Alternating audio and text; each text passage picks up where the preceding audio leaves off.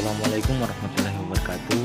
Perkenalkan, saya Ahmad Bari, Prodi Komunikasi Penyiaran Islam NIM 2306111403. Dibuatnya video ini untuk memenuhi tugas akhir saya, yaitu mata kuliah komunikasi organisasi verbal. Ya, langsung saja ke video. Baik, langsung saja kita masuk ke dalam materinya yang berjudul Komunikasi Organisasi Verbal. Komunikasi verbal merupakan alat penting dalam organisasi, memperkuat hubungan dan mendorong kesuksesan. Definisi dan pentingnya komunikasi verbal dalam organisasi. Yang pertama adalah definisinya. Komunikasi verbal adalah pertukaran informasi yang melalui kata yang diucapkan baik lisan maupun tertulis. Selanjutnya adalah pentingnya. Komunikasi verbal memungkinkan berbagai ide, membangun hubungan, memecahkan masalah, dan mengkoordinasikan tugas. Selanjutnya adalah jenis-jenis komunikasi verbal dalam organisasi. Di sini terbagi menjadi 4 bagian, yaitu formal, informal, internal, dan eksternal. Pertama adalah formal. Komunikasi tertulis seperti laporan, email resmi, dan presentasi, itu formal. Selanjutnya adalah informal. Komunikasi lisan seperti percakapan sehari-hari, telepon, dan rapat tidak resmi. Selanjutnya internal. Komunikasi di antara anggota organisasi seperti rapat dan pesan internal. Selanjutnya eksternal. Komunikasi dengan pihak luar organisasi seperti pelanggan, pemasok, dan media.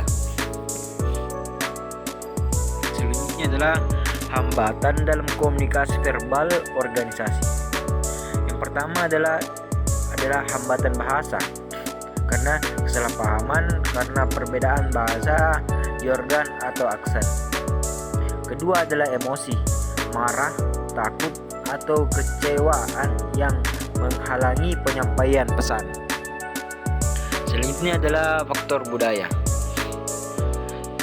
Perbedaan budaya yang mempengaruhi gaya komunikasi dan interpretasi pesan.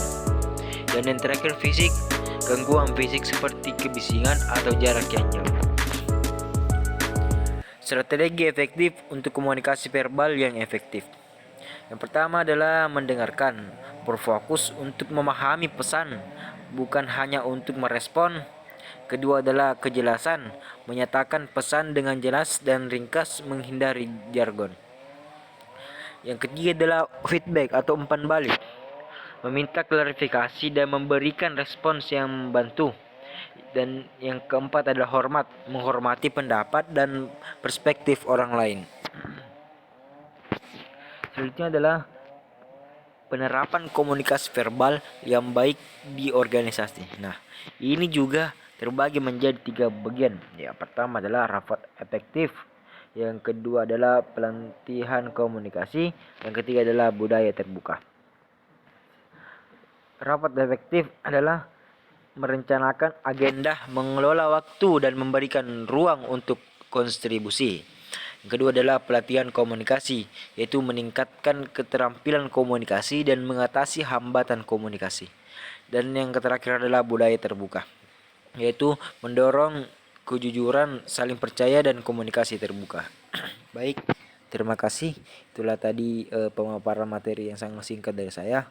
Bila ada kesalahan kata mohon dimaafkan. Saya akhiri dengan membaca wabillahi taufiq wal hidayah. Wassalamualaikum warahmatullahi wabarakatuh.